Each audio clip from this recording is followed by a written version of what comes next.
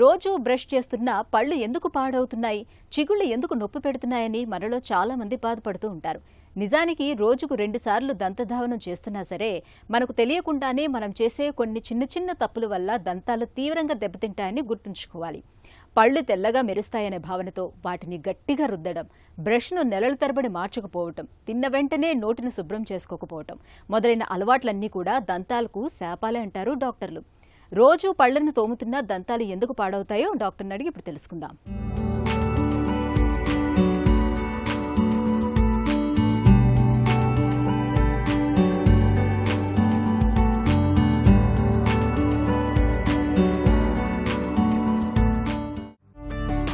రోజుకు 2 సార్లు బ్రష్ చేస్తున్నా కూడా ఎందుకు కొందరిలో పళ్ళు పుచ్చిపోతుంటాయి? అసలు కారణాలేంటి? బ్రష్ చేసుకోవటం వేరు, ప్రాపర్ టెక్నిక్తో బ్రష్ చేయటం వేరు. సో ఫస్ట్ మీరు అసలు ప్రాపర్గా టెక్నిక్ ప్రకారం బ్రష్ చేస్తున్నారా, మీ బ్రష్ మొత్తం నోరంతా పళ్ళన్నిటినీ క్లీన్ చేస్తుందా అనేది చూసుకోవాలి. తర్వాత చాలామందికి ఏమవుతుందంటే ఇంటర్డెంటల్గా కూడా, అంటే ఇన్ బిట్వీన్ టీత్ తిన్నవన్నీ విరుక్కుపోతూ ఉంటాయి. సో మీ బ్రష్ ఆ ప్లేస్లోకి వెళ్ళదు. కాబట్టి మీరు ఎంతసేపు బ్రష్ చేసినా కూడా ఇంటర్డెంటల్గా కనుక మీరు క్లీన్ చేసుకోకపోతే అప్పుడు ఇంటర్డెంటల్గా మీకు క్యావిటీస్ వచ్చే ఛాన్సెస్ ఎక్కువ ఉంటాయి. సో అందుకని మీరు ప్రాపర్గా బ్రష్ చేసుకుంటున్నారా, పన్ను అన్ని సైడ్లా మీరు బ్రష్ చేస్తున్నారా అనేది క్లియర్గా చూసుకోవాలి. చాలామంది బ్రష్ చేసేటప్పుడు చేసే తప్పులేంటి? సరైన బ్రషింగ్ పద్ధతి ఎలా ఉండాలి? చాలామంది ఏం చేస్తారంటే బ్రష్ చేసేటప్పుడు ఆ ప్రాపర్ బ్రషింగ్ టెక్నిక్ తెలియకుండా చేస్తారు. ఫస్ట్ బేసిక్ థింగ్ ఏంటంటే ఎనీ టైం బ్రష్ చేసేటప్పుడు ఒక మిర్రర్ ముందు నుంచోవాలి. మిర్రర్ ముందు నుంచుని మీ బ్రషింగ్ మీరే చూసుకుంటూ ఉండండి. తర్వాత టూత్ బ్రష్ అనేది అన్ని డైరెక్షన్స్లో అన్ని టీత్ మీదకి వెళ్తుందా లేదా అనేది చూసుకోవాలి. తర్వాత బ్రష్ లోపల పక్క, టీత్ లోపల పక్క క్లీన్ చేస్తుందా, టీత్ సర్ఫేసెస్ మీద కూడా క్లీన్ చేస్తుందా అనేది చూసుకోవాలి. ఇన్ బిట్వీన్ టీత్ క్లీన్ చేస్తుందా లేదో చూసుకోండి. ఆ బ్రిజిల్స్ అన్నీ ఇన్ బిట్వీన్ టీత్ కూడా వెళ్ళేలా చూడండి. ఒకవేళ మీ బ్రష్ ఆ ఇన్ బిట్వీన్ టీత్ కనుక వెళ్ళకపోతే తర్వాత మీరు బ్రషింగ్ ఫాలోడ్ బై ఫ్లాసింగ్ చేసుకోండి. ఆ ఫ్లాస్ అనేది సపరేట్గా ఉంటుంది, ఆ ఇన్ బిట్వీన్ టీత్ అనేది క్లీన్ చేస్తూ ఉంటుంది.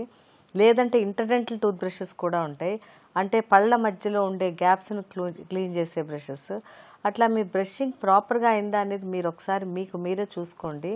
ఆ తర్వాత చాలామంది ఏం చేస్తారంటే టూత్ బ్రష్ అనేది మేము ఇయర్స్ టుగెదర్ వాడతామని చెప్తూ ఉంటారు. బట్ అది చాలా తప్పు. Every 2 to 3 months tooth brush అనేది కంపల్సరీ చేంజ్ చేసుకోవాలి. టూత్ బ్రష్, టూత్ పేస్ట్ ఎంపికలో ఏ విషయాలు తప్పనిసరిగా గుర్తుంచుకోవాలి? టూత్ పేస్ట్ ఎట్లాంటిది వాడాలనేది, మనం టూత్ పేస్ట్ పైన ఒక మార్క్ ఉంటుంది, green mark, blue mark, red mark, black mark అని.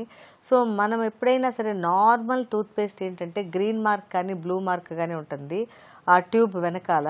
సో రెడ్ మార్క్ ఏంటంటే medicated toothpaste, black mark ఏంటంటే అది మేము మీకు సజెస్ట్ చేసే టూత్ పేస్ట్.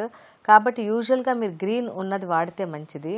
సో యూజువల్గా టూత్ పేస్ట్లో ఏమేమి ఉంటాయంటే ఒక అబ్రేజివ్ ఉంటుంది మన బ్రషింగ్ కోసం, మనకు పళ్ళకు పట్టిన ప్లాక్ అంతా తీయటానికి ఒక అబ్రేజన్ ఉంటుంది. తర్వాత ఒక ఫోమింగ్ ఏజెంట్ ఉంటుంది, ఒక ఫ్లోరైడ్ ఉంటుంది, సోడియం ఫ్లోరైడ్ ఉంటుంది, తర్వాత ఒక ప్రిజర్వేటివ్ ఉంటుంది.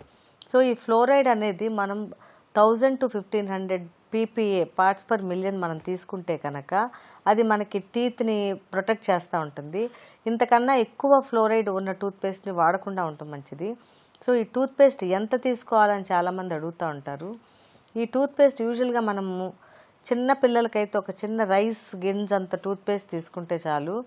4 years దాటిన పిల్లలకైతే ఒక పీనట్ సైజ్ టూత్పేస్ట్ తీసుకుంటే చాలు. ఆ పైన మనకైతే కొంచెం టూత్ బ్రష్ కవర్ అయ్యేంత వరకు తీసుకుంటే చాలు. So selection of tooth brush is very important. ఈ టూత్ బ్రష్ సెలెక్షన్లో టూత్ బ్రష్కి 2 పార్ట్స్ ఉంటాయి, ఒకటి ఏంటంటే హెడ్, ఒకటేమో హ్యాండిల్. సో ఈ హెడ్ పార్ట్ ఏంటంటే మొత్తం మన నోట్లో ప్రతి పార్ట్ ఎంగేజ్ అయ్యేలాగా ఉండాలి. చాలామంది పెద్ద టూత్ బ్రష్ హెడ్ పెట్టుకుని మేము చాలా బాగా క్లీన్ చేసుకున్నాం అనుకుంటారు, కానీ ఆ బ్రష్ హెడ్ మొత్తం అన్నిటిని ఎంగేజ్ చేయలేదు. మోర్ ఓవర్ అది చీక్స్ని, లోపల టంగ్ని ఇరిటేట్ చేస్తూ ఉంటుంది, వాటికి ట్రామా క్రియేట్ చేస్తూ ఉంటుంది. కాబట్టి ప్రాపర్ సైజ్ తీసుకుని దాంతో బ్రష్ చేసుకోండి. మీరు ఒకసారి ఆ టూత్ బ్రష్ వాడినప్పుడు అది అన్ని డైరెక్షన్లో తిరుగుతుందా, లోపలికి బయటికి అన్ని క్లియర్గా ఉందా చేయడానికి అనేది చూసుకోండి. నెక్స్ట్ ఏంటంటే బ్రిజిల్ సెలెక్షన్ వెరీ ఇంపార్టెంట్. ఈ టూత్ బ్రష్ బ్రిజిల్స్ అనేది మీడియం, హార్డ్, సాఫ్ట్ అనేది ఉంటుంది. యూజువల్గా మేము సాఫ్ట్ లేకపోతే మీడియం ఆ రెండే సజెస్ట్ చేస్తాము. హార్డ్ బ్రష్ అనేది అసలు ఎవ్వరూ వాడొద్దు. అది మీకు ఎంత కంఫర్ట్ ఇచ్చినా కూడా మీరు అసలు అది వాడకుండా ఉండటం బెటర్. తీపి పదార్థాలు మాత్రమే కాదు, టీ, కాఫీ, కూల్ డ్రింక్స్, తరచూ చిరుతిళ్లు తినటం కూడా పళ్లను దెబ్బతీస్తుందా? మోర్ దాన్ 48 hours ఎనీ తీపి పదార్థం నోట్లో ఉంటే నోట్లో ఉండే మిలియన్స్ ఆఫ్ బ్యాక్టీరియా అవి తిని ఇంకా మల్టిప్లై అయిపోతూ ఉంటాయి. సో మనకి అవసరమైనటికన్నా ఎక్కువ బ్యాక్టీరియా ఉంటాయి. అది వెళ్ళి ఆ పన్ను మీద డిపాజిట్ అయిపోయి వాటి నుంచి ఒక యాసిడ్ అనేది ప్రొడ్యూస్ అవుతుంది. ఆ యాసిడ్ ఆ ఎనామిల్ని అరగతీసి ఒక క్యావిటీ ఫామ్ అవుతుంది. అక్కడి నుంచి క్యావిటీ ఇంకా ఇంకా డెవలప్ అవుతూ ఉంటుంది.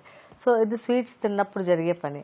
తర్వాత కాఫీలు, టీలు ఎక్కువ తాగితే ఆ కాఫీ, టీలో షుగర్ ఉంటే షుగర్ కూడా సేమ్ ఇలాగే చేస్తుంది, క్యావిటీ ప్రొడ్యూస్ చేస్తుంది, లేకపోతే ఆ యాసిడ్ ఎక్కువ ప్రొడ్యూస్ చేస్తూ ఉంటుంది. కానీ చాలామంది ఏమవుతుందంటే ఈ కాఫీలు, టీలు ఎక్కువ చేస్తున్న వాళ్ళకి ఆ టూత్ కూడా డిస్కలరేషన్ స్టార్ట్ అవుతుంది. ఎక్కువ టీ తీసుకునే వాళ్ళ ఎనామిల్ కూడా బ్రౌనిష్ డిస్కలరేషన్ ఉంటుంది. తర్వాత అందులో ఉన్న యాసిడ్ మన టీత్ని కొంచెం ఎచ్ చేస్తూ ఉంటాయి. తర్వాత కూల్ డ్రింక్స్ అనేది చాలా హార్మ్ఫుల్ టీత్కి. ఎనీ కూల్ డ్రింక్స్ మనం తీసుకున్నట్టుంటే దాంట్లో ఉండే యాసిడ్ ఎనామిల్ని ఎచ్ చేసి ఎనామిల్ ఎబ్రేడ్ అయిపోతూ ఉంటుంది.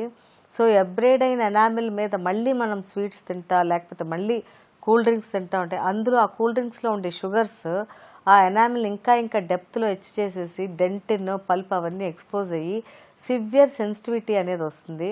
సో ఎనీ క్రానిక్ ఇట్లా కూల్ డ్రింక్స్ కానీ అలాంటివి తీసుకునే వాళ్ళు ఉంటే అది తీసుకోవటం మానేస్తే చాలా బెటర్ ఎనామిల్కి. జీవితాంతం దంతాల్ని ఆరోగ్యంగా ఉంచుకునేందుకు ప్రతి ఒక్కరూ పాటించాల్సిన డెంటల్ కేర్ ఏంటి?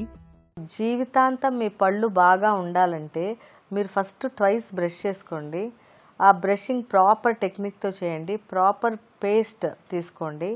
తర్వాత ఎవ్రీ 6 months ఒకసారి దంతవైద్యుడిని సంప్రదించండి.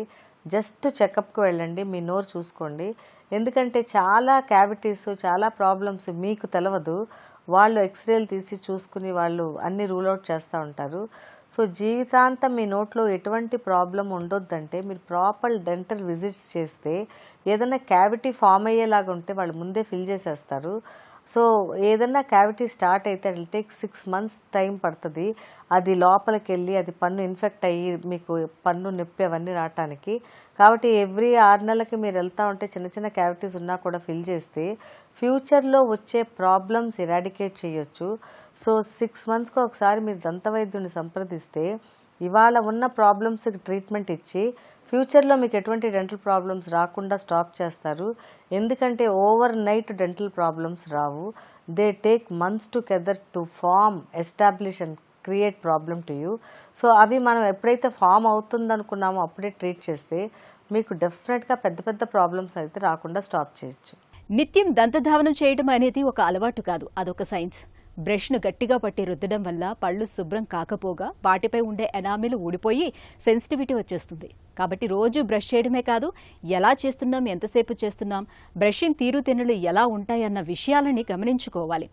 దంతాల్లో సమస్యలు మొదలైతే వెంటనే చికిత్స తీసుకోవాలి.